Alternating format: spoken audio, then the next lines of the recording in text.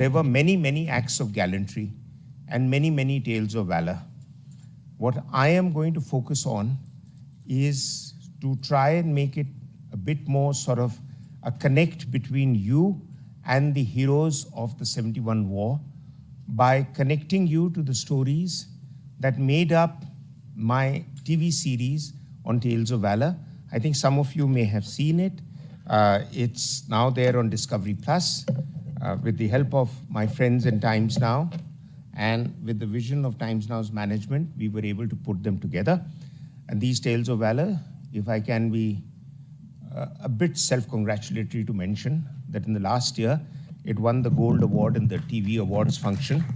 And I dedicated the award to every sung and unsung hero of our wars, because it's their story. I was just a facilitator and the storyteller. So can we start, please?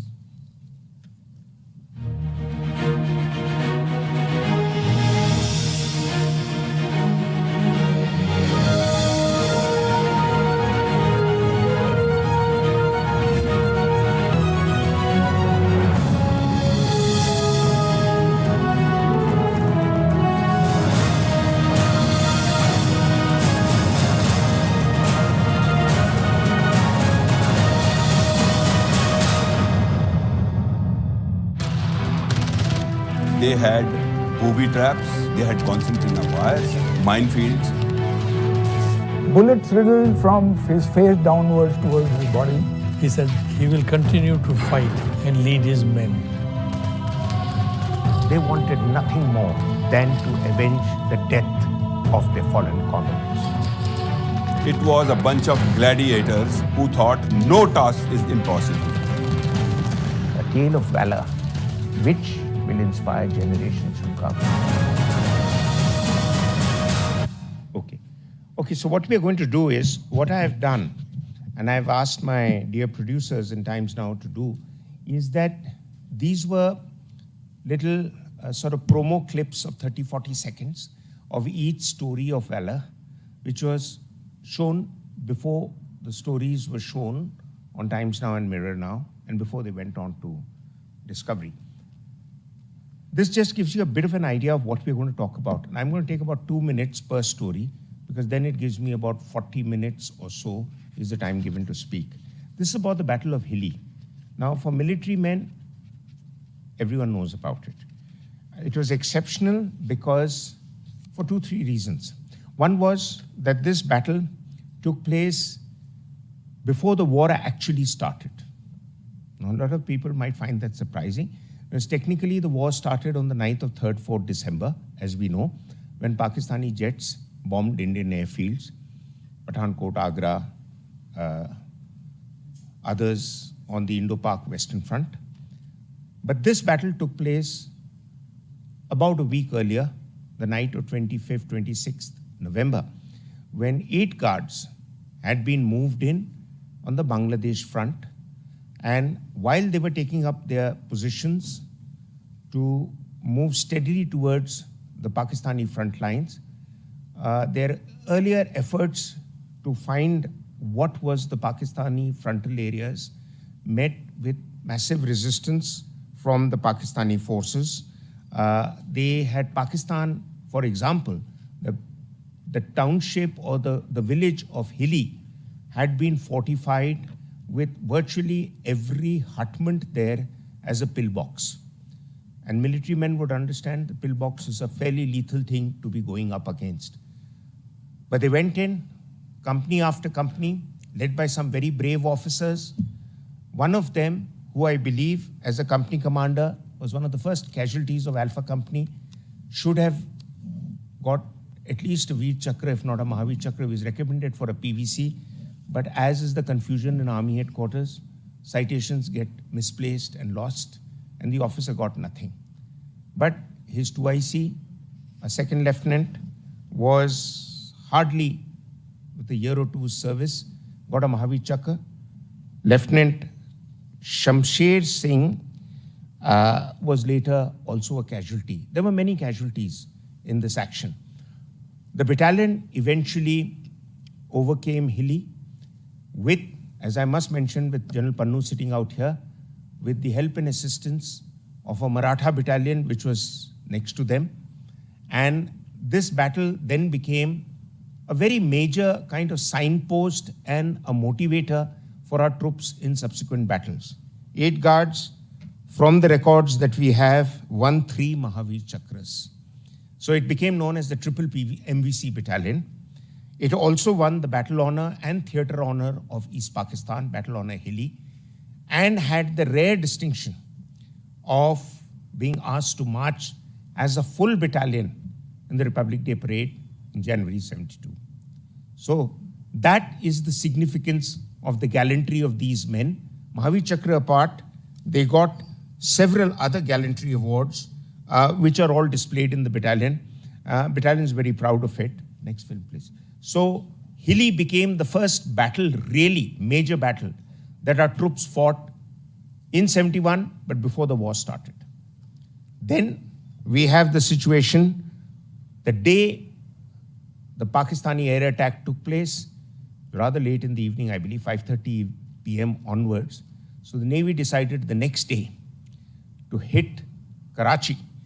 And therefore, Navy Day is celebrated on 4th of December because that is the day that the Navy launched Op Trident. Next film, please. Hello. The Indian Navy had put together a plan to bomb Karachi with all its naval might. Since they are small boats, they don't have the range to operate from Bombay up to Karachi and back. So they towed the boats too near that place. They were so surprised, they didn't realize that it was a missile that hit them. Indian Navy's Karachi strike created havoc on the Pakistani side in 1971. Yes. So this was a turning point both in the history of the Indian Navy, and I'm sure naval officers will agree, it became a benchmark of what the Navy could do if it was given the authority to do that and the orders to do that. As naval officers will tell you that they were all set to take part in the 65 operations, but they weren't allowed to do so.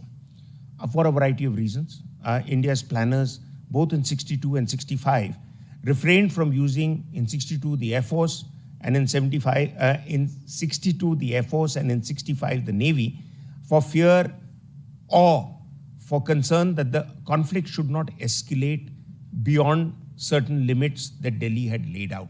But in 71, I think there were no restrictions of this nature.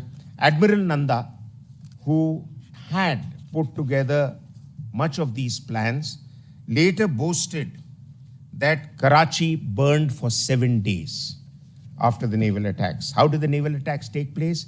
I mean, these were meticulously put together in the Western Theatre, from Mumbai to places in Gujarat where the Navy had put together missile boats, frigates, and a whole lot of other resources.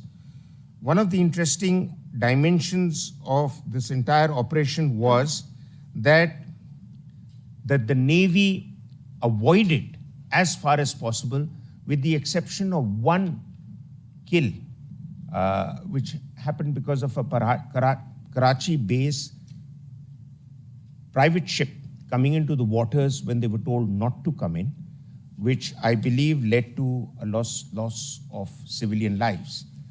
Largely, the Navy operations were devastating for the Pakistan Navy. They first went in with missile boats. Interestingly, the OSA class boats that the Indian Navy used, these were offered to the Pakistanis in 1968. They did not take up the offer for their own reasons, and it was a lesson they learned the hard way of what these boats could do. There were many ships involved in this action. There were many missions that were undertaken, but the Op Trident per se, the very effective part of it lasted about 90 minutes. In 90 minutes, they put Karachi up in flames. And as Admiral Nanda said, it burned for 7 days. It was decided that between 4th and 9th of December, there were various operations that were launched to teach Pakistan such a decisive lesson that the Pakistan Navy, after that, did not venture out into the high seas. The Air Force did come. They did bomb one of the coastal areas, one of the naval bases in the coastal areas in Gujarat, but our ships and boats had moved out of there. So militarily, we didn't suffer any casualties. Some fuel dumps were destroyed.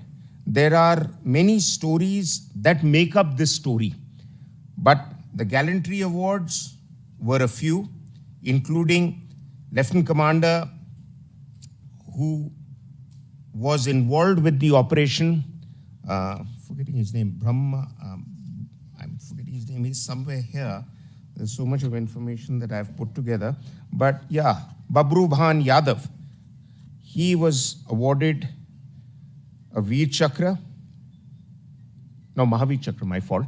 And a Veer Chakra was given to Lieutenant Commanders Bahadur Nariman Kavina, Indrajit Sharma, Om Prakash Mehta, and the commanding officers of INS Nipat, Nirghat, and INS Veer. Master Chief M.N. Sehgal of INS Nirghat was also awarded the Veer Chakra. Clearly, the high point of Navy's operations. This did have an impact on how Pakistan would behave in the fall of Dhaka, because their logistic support for the operations in Dhaka from the maritime point of view virtually diminished after that. Next, please.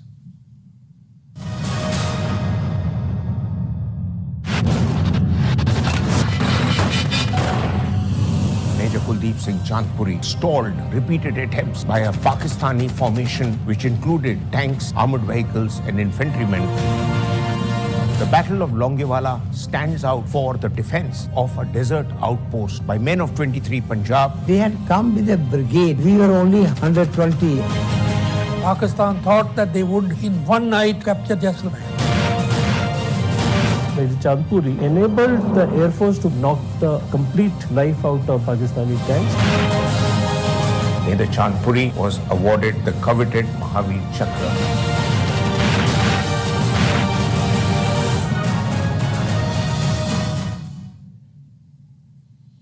I know there are views and counter views about what happened in Longewala, but from as far as I know and what I've been able to check, I think a lot of credit goes to the grit and determination of Major Kuldeep Singh Chandpuri. There were many heroes in Longewala, but 23 Punjab's an Alpha Company, which was placed in Longewala, which was moved up actually from the month of October onwards, fearing and anticipating Pakistani ingress in that direction, was really, to me, one of the fiercest battles, a defensive battle, fought by anyone, anywhere, with the exception of Major Shaitan Singh's battle in Rezangla in 1962. This was one hell of a battle.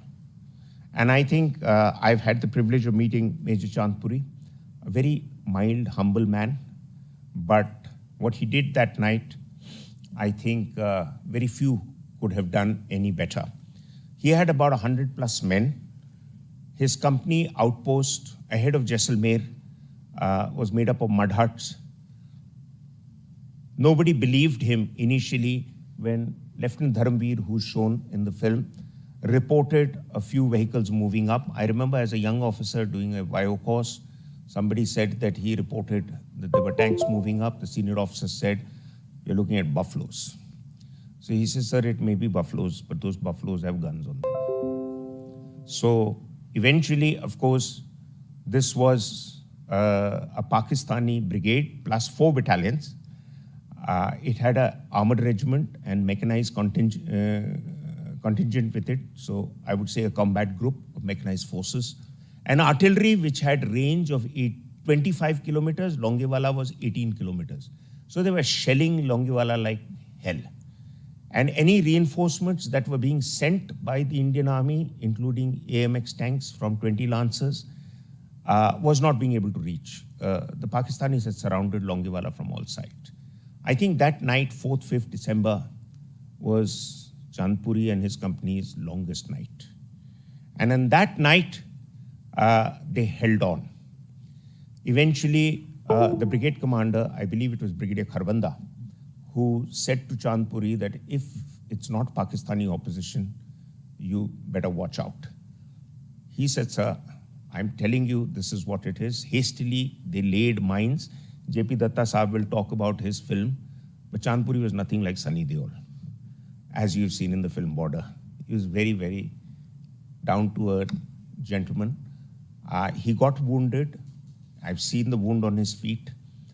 I got to know him briefly when I was a young officer. He was commanding an adjoining battalion in my brigade, 3 Punjab. This action happened with 23 Punjab. But eventually, next morning, when the Air Force got a chance, and you saw a bit of Air Marshal Mini Bawa, who was the station commander in Jaisalmer, and the Air Force responded, they played merry hell into the Pakistani mechanized forces, made a graveyard in Longewala, which is still there to see. There's a museum in Longewala. And the Air Force officers were also suitably awarded. I think there were at least 6, if not 8 Veer Chakras that were given to, in that battle. 8 fighters who flew combat missions during Longewala all received Veer Chakras. And so did Major R.D. Law, later Brigadier R.D. Law of 7th Cavalry, who also received a Veer Chakra. Major Chandpuri received a Mahavir Chakra. There were 1 or 2 other awards that was given to 23 Punjab. My personal belief is they deserved more. It was a battle I think we can keep studying in history again and again, when 100-odd men held off an attack by nearly 4,000 men. It's unusual. Next, please.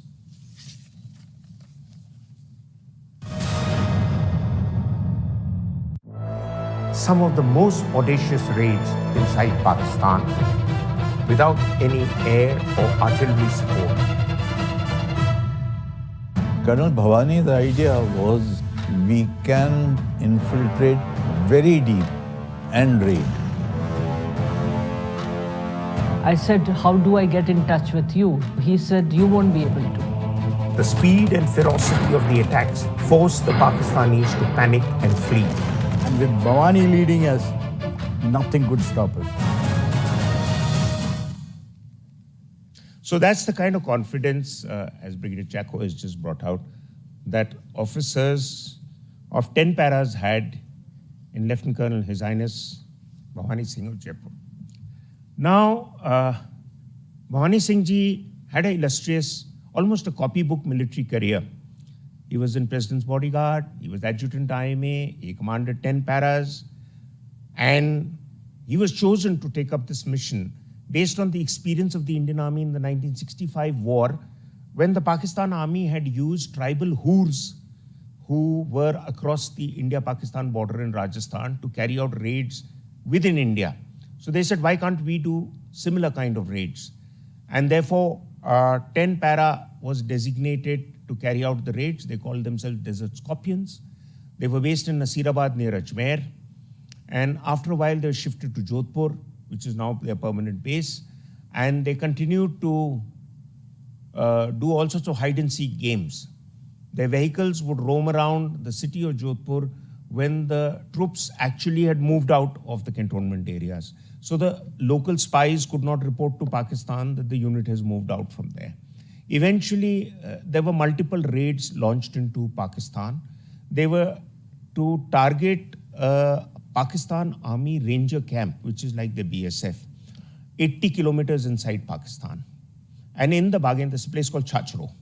In the bargain, they also raided 1 or 2 other places in between. There was a classic SAS Second World War type raid where they had 17 Jongas lined up with machine guns mounted on them and just drove into the enemy opposition. There's little that the opposition could do. In some places, the opposition did find out that who they were.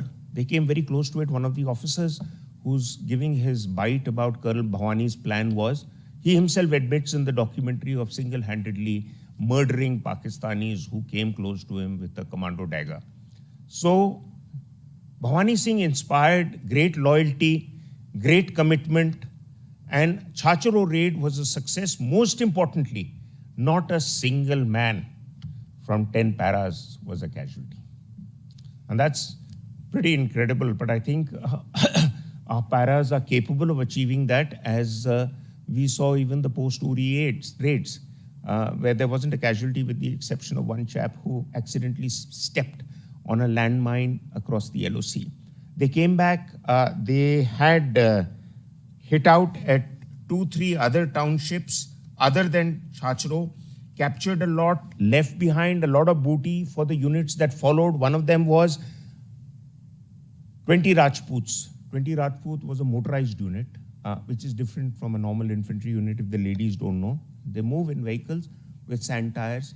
But there were problems that 10 paras had on the way. Some of the vehicles got bogged down in the sand.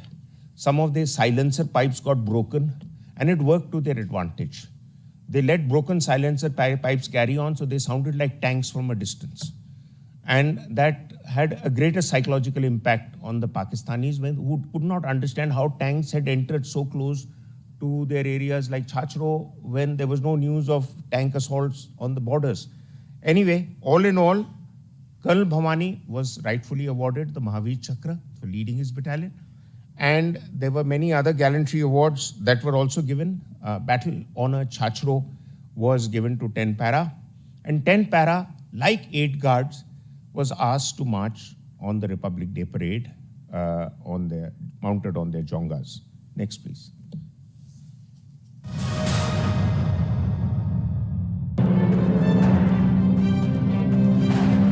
Everybody said that is not possible. Chandan Singh said, I can do it.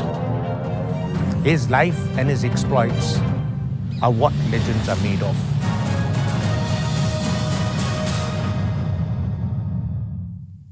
Air Marshal Chandan Singh was a rarity. Air Force officers will agree. He was commissioned actually into the British Army and later became an officer through the Jodhpur State Forces. And then came in contact with Maharaja Gat Singh Jodhpur's father, who was an honorary air marshal and who suggested he switch to the Air Force. So he switched to the Air Force and was given one rank below. So he should have got from a captain's rank a flight lieutenant's rank, but he ended up with the rank of a flying officer. Never mind.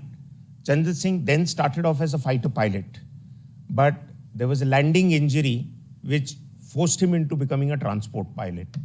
But fate had a design and a plan for him. And this began to become evident first in the 62 operations, where he used transport aircraft to lift a lot of logistic supplies in the 62 conflict. He got a Veer Chakra there. Then in 1965, he was again used for a lot of reconnaissance and logistics missions. But I think his capping glory was in 71. First, he was moved in as a station commander of an Air Force station in the Eastern Front opposite East Pakistan. There, he was given a bunch of Bangladeshi pilots who he had to train and put them together into some kind of a little fleet. And this was a helicopter fleet that he had assembled. He was then asked to move to Agartala to meet up with the formidable General Sagat Singh. And Sagat Singh told him that I want you to go to Sylhet and they want some logistic support. So can you go there? I mean, there was never a no, as General Shami Mehta has brought out in the earlier documentary with General Sagat. With a man with that kind of a personality and with that kind of a drive, you always said yes. And Chandan Singh was a fearless man. He already had a formidable reputation. He had a Veer Chakra to his name. He had done great service in 62, 65. So he said, I'll go ahead. He went there and he came under a lot of fire from the Pakistanis. Apparently, the Pakistanis had said that they wanted to surrender there.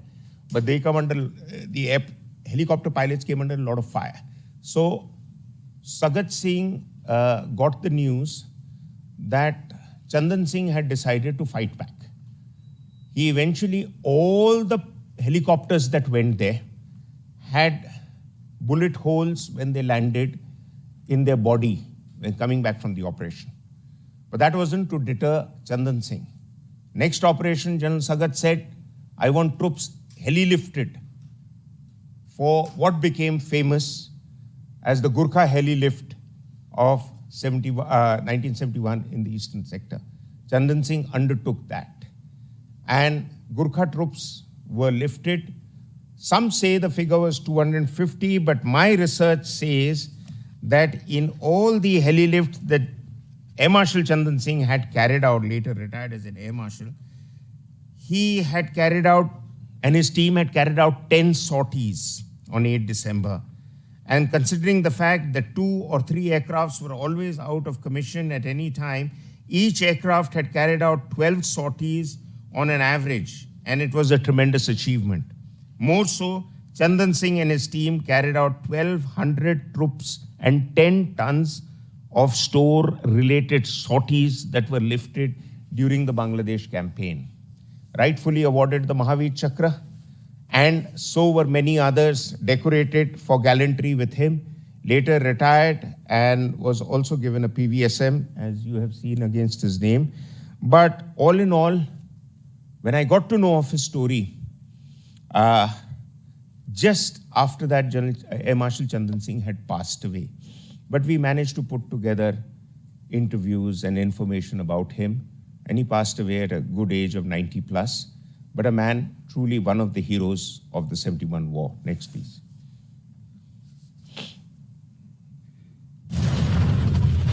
Captain Mahendranath Mulla of the Indian Navy saved as many soldiers under his command, but then decided to stay on as the ship sank. I know he won't come. Even if he could, he won't come. Ian Cardozo, when hit by enemy fire on his leg, chose to cut off his leg. I said, give me the kukri, I cut off my leg. General Cardozo, sir, we are honored that you are here with us. But I must tell you a bit about Captain Mulla's story. General Cardozo's story, you might like to hear from himself. But as far as Captain Mulla went, Captain Mahendranath Mulla is probably the finest hero of the Indian Navy. Now, he was commanding a ship, INS Kukri, in the 71 war. As I said, these operations against the Navy of Pakistan had started. Pakistan had put out a submarine in the deep waters outside Mumbai, a submarine by the name of PNS Hangor, I think. And the submarine was waiting in the deep waters for the ships to come out. The ships that were there, frigates, as naval officers will educate us more, they follow a pattern to avoid submarine detection. It can be a rectangular pattern, it can be circular pattern. Some of the activity that was being taken up that time was not to the liking of Captain Mahendranath Mulla. But orders were orders, so some testing of equipment was also in SOPs and drills were being carried out.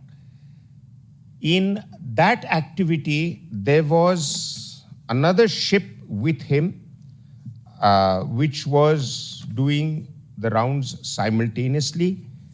PNS Hangor fired the first missile on this Indian ship, which was, I think it was INS Kirpan. And somehow there was a technical fault in the submarine's missile firing system of the Pakistanis. So it didn't kind of do the kind of engagement which Kirpan would have faced. But some quick fourrelage, as soldiers would say, led them to fire the next missile, and that hit INS Kukri. Kukri began to sink. General Cardozo, sir, has written the book. I was there, sir, for the book launch more than a decade ago at the Claridge's, The Sinking of Kukri, and you will bear me out that the officers who were there at that time have admitted that they kept shouting out to Captain Mahendranath Mulla, and the sea was on fire because of so much oil being spilt there. And in their boats with fire in the sea, can you imagine water on fire? He sets a evacuate ship. But records show that Captain Mulla refused to do that. In fact, lit a cigar and stood on his deck as the ship went down. And, pardon me? And it is the finest act of cold courage. And his view was, captain doesn't abandon ship, so he went down with the ship. But he saved as many lives as he could. He helped a lot of people evacuate.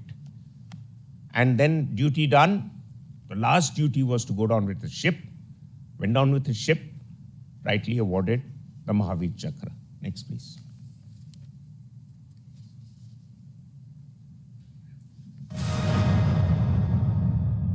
वो ये कह के गया, ये मैं इस लड़ाई में शहीद हो गया, तुम्हें भगत सिंह की मां बना के इस दुनिया से जाऊं. When he was up in the air, he saw these 4 sabers and he attacked one. His net was caught between 2 bigger planes, with the one following him shooting down at him. He was not aware that there were 2 more sabers that had accompanied the bombers. Flying officer Nirmaljeet Singh Sekhon had single-handedly sabotaged the attack of 6 sabers. Flying officer Nirmaljeet Singh Sekhon, young pilot, moved to Srinagar when war was imminent. The Air Force unit which he was a part of had not had enough time to get familiarity with the terrain as they flew. And winter months, as you know, Srinagar is foggy. That area has very poor visibility. And in those circumstances, he did what he did. They were from a normal 2-minute state of alert, they were put on a 5-minute state of alert. And they used to sit in their aircrafts, freezing cold, waiting for orders to take off. He had another colleague with him, Flying Officer Ghuman. And between them, they were on the 2-man watch when Pakistani sabers came to attack Srinagar airfield. Ghuman was the first to take off. Sekhon kept waiting for orders from ATC, did not get very clear orders. So when the strafing of the runway started, I think his wisdom said that I must get going, otherwise I won't be able to take off. And he took off. Now, Ghuman went up into the clouds. That's one story. Could not connect with Sekhon because radio traffic control and radio communications were poor. So they could have on a normal day communicated through visibility, but visibility was poor also. So really they were on their own. The Pakistanis were flying with 4 Sabre jets, which any Air Force officer will tell you at that time was superior to the Nats. Whereas we had 2 Nats up against 4, but when they began to engage them, 2 more Sabres showed up. So they were basically 2 against 6. And in some confusion, Ghuman was not in the last stages of the battle that Sekhon got involved in. And it is said that Flying Officer Sekhon knocked off 6 Pakistani fighters. Apparently 1 or 2 which came as SOS to relieve them. Because some signal was picked up to say when it's 3, it's Winchester. So, which meant that they wanted more. And at that point of time, Sekhon had been engaging them, and then his aircraft was so badly hit that it fell, interestingly, at a nala in Badgam, which is where the first major battle for the defense of the valley was fought in 1947 by Major Somnath Sharma and later on by the the people of 1st Sikh under Colonel Diwan Rai, Mahavir Chakra. So Sekho was found the next day, his plane was found bullet-riddled. And by the way, those of you who are interested, that plane is still there in the museum in Palam. So you can have a look, coordinate with Air Headquarters, and they'll let you. So I've been there. I went there as part of the filming to check it out. So it's all there. All the evidence that Air Forces provided of Chandan Singh's aircrafts, Sekho's aircrafts, they're all there. So you can check it out, but truly exceptional flying skills, exceptional courage. And as his mother said that, he had said that I'll make you as proud as the mother of Bhagat Singh. And I think she had reason enough to say that. Next, please.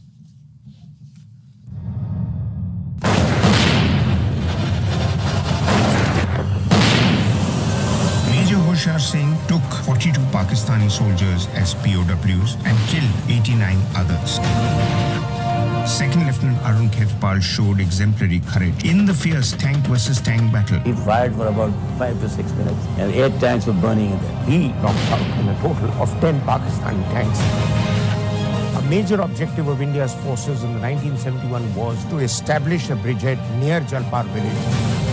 Major Hoshiyar Singh was awarded the Paramveer Chakra. Second Lieutenant Arun Khetpal was the youngest officer to be awarded the PVC.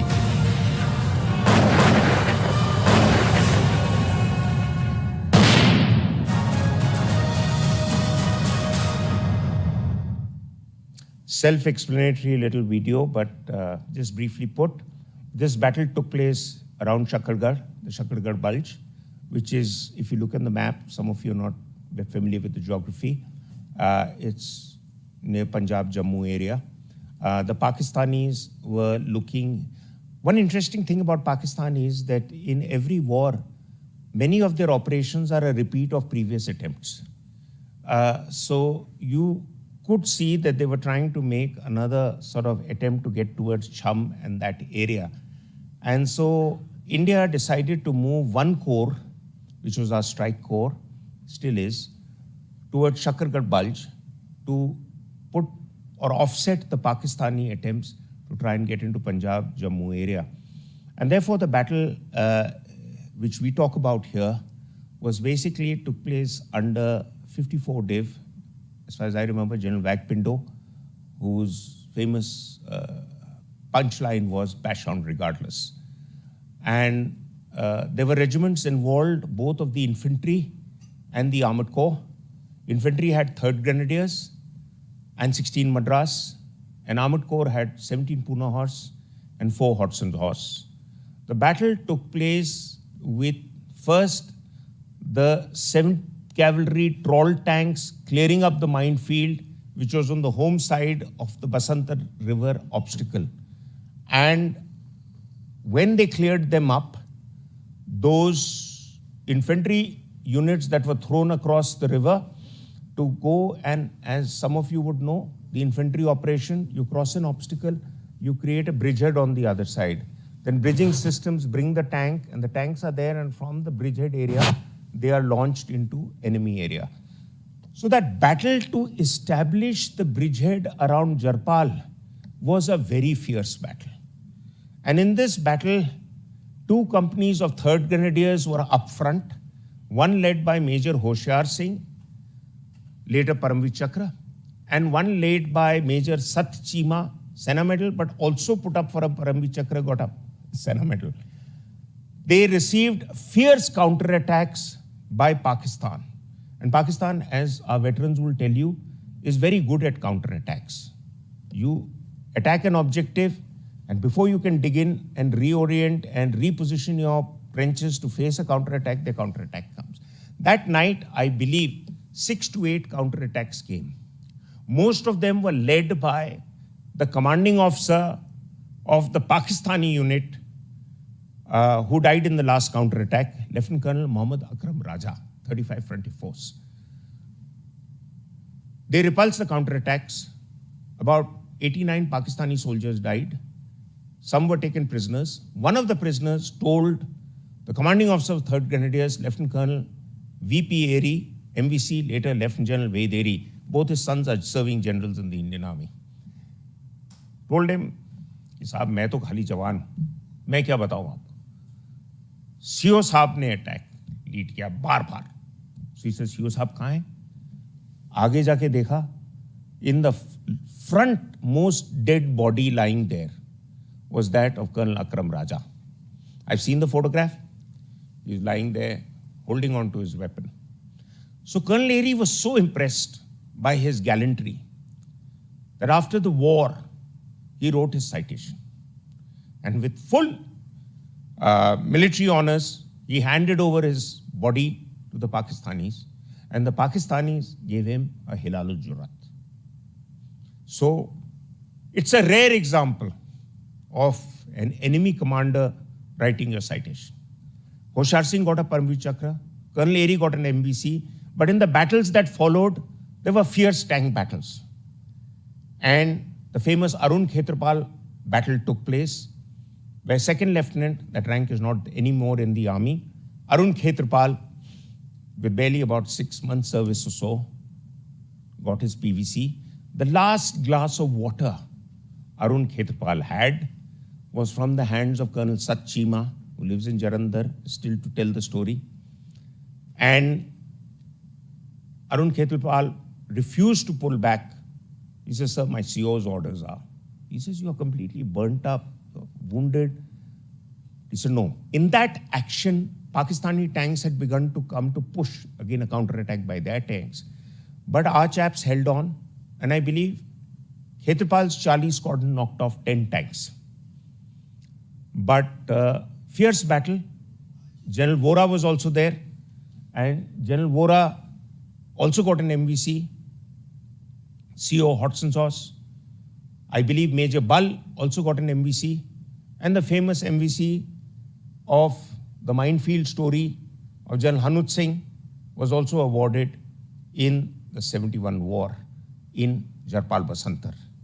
So these stories collectively tell us about some exceptional stories of valor and courage that only, I believe, well-trained soldiers and a professional army like the Indian Army can be proud of and can narrate. I've stuck to 40 minutes, so I'm done with it. Can I see the next slide, please?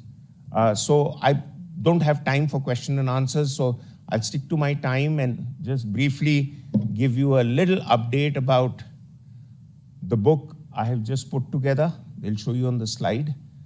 And then, if time permits, we can have a Q&A. I don't know where General Pannu is, or if it's a discussion waiting for Mr. Datta, then we'll do that.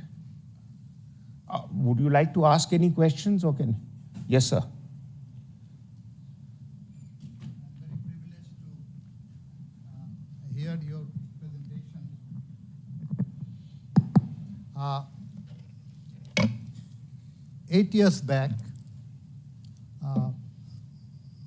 10 years back, Honorable Sheikh Hasina decided to declare Friends of Bangladesh. They would be diplomats, head of the states, and very important people. I rose in that meeting and said, can you give me a quota? He says, what job you want? I says, quota for soldiers. He says, give me the names. We have honored 36 Friends of Bangladesh. Among them, your Shamsher Singh Samra is there, and other people are there. Number 2, we have honored 1,601 Indian martyr soldiers. And among them, I would like to say a few words, if you don't mind, sir. The first major battle Indian Army fought was 28 October 1971, much before that Battle of Hilli. That was in Dhaloi. Why it happened is not an aggression. Pakistani Frontier Force Regiment, along with Razakars and militias, they are regularly shelling, and we Indians have 42 casualties. The local people petitioned the Indian government, and Sagat Singh was given the order. He marched in his second jet. The night attack was going on. It was a very difficult thing. All Panjis and Nalas and all that, he couldn't advance. His troops are falling left and right. Lieutenant Colonel S.K. Dalal, commanding officer on the wireless, were telling, "Sir, I want to withdraw, regroup and attack." And the commander said, "Attack must go on. There are casualties everywhere." Then suddenly, Y.S. Yadav, the commander, receives the bullet injury, he's evacuated. And Tom Pandey takes over. And rightly, Tom Pandey allows the regrouping. S.K. Dalal Saab is living in Gurgaon right now. I have talked to him many times. Second Jat has 36 killed. Then attack was resumed. They thought there was a company, but there are two companies, one militia company, 3 companies, 2 Razakar companies, 5 companies. Then he put in 7 Rajputana rifles. There are 7 casualties. Then he put in 14 guards. And all done, they captured Major Javed Ahmed, another one. He was seen with bullet-ridden body in the first bunker. He fought very well. So Dhaloi put a thought to General Jagjit Singh Arora, whose name none of you have mentioned today and yesterday, a great leader by his own merit, that what has to be done. That's the test battle. Next, one of the best fighters of India in 71 was Sipai Ansu Prasad, 17 years, 6 months age. I was an observer on the left flank. I have seen him getting blown up. And we honored him as a friend of Bangladesh. His wife came to receive the honor, Chitra Devi, and asked me only one question, that he was the most handsome man he had ever seen in his life, so she married her. She was 15 years old. And I don't know how he got, I think he did hide his identity that he was married anyway. So she was asking me one question after dinner, that he was a beautiful man. When he died, did you see his body? I kept quiet. Then he says, I asked everybody, his commanding officer, his Subedar Major, his platoon Habildar, did he look so good when he died? I could not say that, Madam, I could not see any body. I saw a number of fleshes and bones all blown apart. Ansu Prasad, he saved his battalion that day in Shamshernagar airport. He alone crawled onto the bunker of the enemy, blew up the bunker, and the series of bunkers were blown up. And that's the reason 10 Mahar did succeed. The night before, the Punjab regiment failed. These are wonderful stories. And about Major Satyan Singh, I have studied a lot about history. The only comparison you can have his gallantry and his battle with Battle of Yokozuna Island, 1945, 7th of January, the Japanese Yokozuna Island.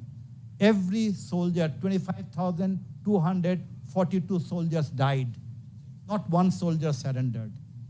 And Satyan Singh, 132 soldiers, including him, died. But look at my friends in Pakistan. The prize city of Dhaka. People say Dhaka had no troops. Believe you me, Dhaka had 25,626 troops. Not a single battle. That's what soldier is all about. Ladies and gentlemen, these stories must be told to young people. When I, in my classes, talk about Brigadier Tom Pandey, who led the battle from the front, being hit on the left-hand side by a bullet. He refused to be evacuated, still marched in. And till the end of the war, he never went to the hospital, and he got an MVC. When I talk about Major Abu Tahir of 11th sector, I talk about him also. When I talk about Sipai Hamidur Rahman, I talk about Ansu Prasad. Because let's think one thing. Maruf is fantastic. But if we had put in a few freedom fighters who died and consulted some of your officers, then all the spirit of 71 could be revived again. We fought together. When we talk about any operation, we always praise and talk about the gallantry of the Indian soldiers, because we fought together. We honored them every time. But over here, I'm sorry to say, you don't recognize. Your pointman is a Mukti who gets blown up first. He's your guide at night. He is with you. And he is a poor man's son, because 71 rich people's son didn't go for the war. And I'm from a very poor family also. So nothing to lose. But when you say about 71, the glamour that you show, there was no harm if 3-4 freedom fighters who fought with you, died with you in the same trench, mention their name at least. Their souls cry. They want justice. Our religious leaders tell us, when you praise a dead man, his soul comes above you in whatever religion. So all the souls are crying now that all the Indian battalions, they have praised, they haven't talked about my name. But I don't want to do that, sir. In every of my lecture, when I talk about one Paramvir Chakra, I say one Veer Shastra. One Mahavir Chakra, one Veer Shastra. This is very important. 71 was about cooperation, was not about glory, was about fighting for humanity, fighting for justice. And that is what is getting out of our history. That history says so again, that this aspect of brotherhood developed will go away if you don't honor each other. And in my country also people behave it that way, as if Indian army didn't exist. But that's anti-history. And if you are anti-history, Pontius Pilatus will again and again. Who was Pontius Pilatus? The man who crucified Jesus Christ. Being all the Jews and all the, anti-people, they are crying for and shouting and screaming for Jesus to be hanged. Pontius Pilatus was the judge. He lost his nerve. He said, try him, crucify him, kill him, cause we find no fault in him. So for no fault, don't maltreat history. It's glamorous. History is glamorous. And to each one of you, my friends and brothers, please tell the story, these stories, to your children. Let them not only be involved with their smartphones. We have a long way to go. We are living in the dangerous world today. Tomorrow, there will be requirement for these young people to come and give their blood for the country. Thank you, sir.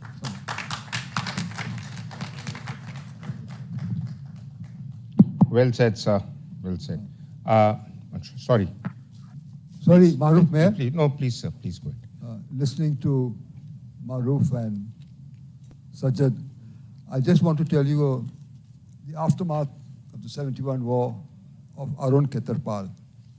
I interviewed his father, and he said there is something nobody knows about, but I'll tell it to you. So I said, what is it, sir? He said that after the war, twin-track diplomacy was being used by bureaucrats and senior army retired officers to go and try and make peace between the two countries, and they invited me many times. I didn't go. But when I became 81 years old, I decided that maybe I should go and visit Sargodha, my old village. And he went, and he was met by a brigadier in Lahore, Islamabad, and they went to Sargodha. For 3 days he received VIP treatment, and he came back to Islamabad. Now, the Pakistani officers are very well off, farms, land, houses, etc. And he was staying in this brigadier's house, and the night before he left, they were talking, and that brigadier tells Arun Khetarpal's father, "Sir, I want to tell you something, but now that you've come, I'm finding it very difficult to say. So he said, what is it, son? And you'll be shocked to know what he said. He said, sir, I killed your son. Now, Arun Ketappa's father was living in this house with a man who killed his son. But he also said that, I fully respect and admire Arun's parents, that is you and your wife, who brought up this boy to be such a great hero. And whereas he has been killed by me, but he himself has killed so much of us. So life and death are two sides of the same coin. We fight for our own countries, we do our best. That is the life of a soldier. And the next morning, they took a photograph with their arms around each other. And then I said, but sir, what happened when you came back? He said, my wife said, he addressed him by his name and said, how was the visit? He said, it was good. I said, aren't you going to tell her what happened? He said, she's an army officer's daughter, she's an army officer's wife, and an army officer's mother. She will understand.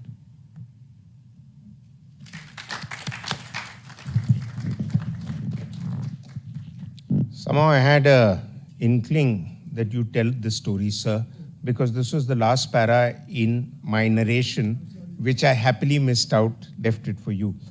Briefly put, ladies and gentlemen, I'll just take 2 minutes. I'll give you a little insight into a book which is might be of interest to people who are USI members. Can I have the cover, please?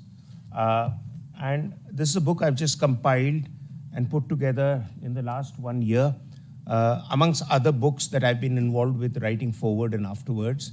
And also, Colonel Shivdan Singh is here, with whom I have put together a book that recently the CDS released. It's a book titled Shaurya Gatha, and it's in Hindi. It's many of the tales that you heard today, we've put together in Hindi. But this book is about Sino-Indian boundary disputes. I'll take a minute to just run it past you as to what the book looks at. It is not about just the 62 war. It is not about the current border tensions right now, but it starts from well before 1900, and then the young husband expeditions, then the Shimla meeting and the Shimla Treaty, or the Shimla various summit meetings that took place between 1913, 1914, leading to two central issues that became, can I see the map please? Leading to two central issues that became the point of contention between India and China. One is the LAC and one is the McMahon line. Now the LAC came into being much later, but the Shimla meeting that had been called by the then Viceroy and was really run through by the British Foreign Secretary in India, Henry McMahon, who had already demarcated the Durand line, which divides Pakistan and Afghanistan today. So he was a kind of line expert, borderline expert. And the meetings really were coming to an end without an agreement. The British wanted to define the outer limits of China, and in the bargain, they wanted a boundary line here, as well as they wanted a boundary line between Tibet and China. And therefore, the efforts in the Shimla meeting led to the McMahon line. Chinese have from time to time indicated their willingness to accept it, but various statements by political leaders, Pandit Nehru being in the forefront of that, about Indian territory not being negotiable, has led to several rounds of tension and a fierce conflict. Interestingly, what my book brings out, that there were less troops involved in the 62 war, the so-called war. I call it a conflict because Air Force was not used, other forces were not used. It was just 2 divisions or less than, actually 2 division minus. And the force levels were less than what we had in the Kargil conflict. But we continue to live with the baggage that it was a defeat, national humiliation, what have you. It was a defeat of Nehru's foreign policy. It was a humiliation for the country because Nehru and his ilk decided that they had gone wrong and therefore they felt humiliated, and as they said, Nehru never recovered from it. The other thing that the book brings out is the fact that we chose not to use the Air Force. I made a mention of that in the Tales of Valor, just like we chose not to use the Navy in 65 because we didn't want the conflict to escalate. We could have used to our advantage, things would have worked out differently. Why did China choose to attack us during that 1 month period when the Cuban Missile Crisis took place? There are reasons there. The reason that China also chose to clip Pandit Nehru's wings because he was becoming a larger than life personality, or to stall India's efforts to probe into Chinese nuclear plants that were taking shape there and China's nuclear ambition to become a nuclear power. If India had exposed that, America would have put the screws on China. Finally, after that, the Nathula incident, a book is here outside on that. My book deals with that. But between 62 and Nathula, it has a chapter on what really came out of the Henderson-Brooks study or Brooks-Bhagat study. I talk about that. I don't have access to the Henderson-Brooks report, but there's enough material in the public domain to compile something about what the Henderson-Brooks report was trying to say. And finally, post-67, how China went into 20 years of slumber in a way against us on the border because of the hammering General Sagat and his men brought to bear on China and Nathula and Chola. And then the Sumdrongchu incident, what messaging it sent out to the Chinese in 86, 87, the fact that India was willing now and not willing now to hit back, I mean, if the Chinese crossed the line. And in all this, two things emerge, that our political leadership seems to be pretty clueless about the problem. And the second thing that emerges is that those who take decisions on China haven't read a book on China. So my suggestion is that if China is a subject you have to deal with, I might humbly recommend that you might consider picking up a copy of my book, which will be out this month in the market. It's being published by Westland, hardcover, 200 odd pages, footnoted, no assumptions made, without references, and references that are in the public domain. So I'm not saying at any stage a source told me that this was what was being discussed. These sources I don't go by. I say something, you join the dots. All I've done for you is join the dots and come to assumptions. So that's all. I'm not going to do more self-trumpeting, but I thought I'll use this opportunity to announce that a book on China as part of the Value of Words initiative is also out, but it takes time. I was down with COVID and various other things, so it took me longer than given to be able to edit the book, and therefore a bit delayed. Otherwise, it would have been out next week. Last month, sorry, but it will be out now next week. Thank you very much, ladies and gentlemen. I'm grateful for your time, and I hand it back to the MC for the next round of activity.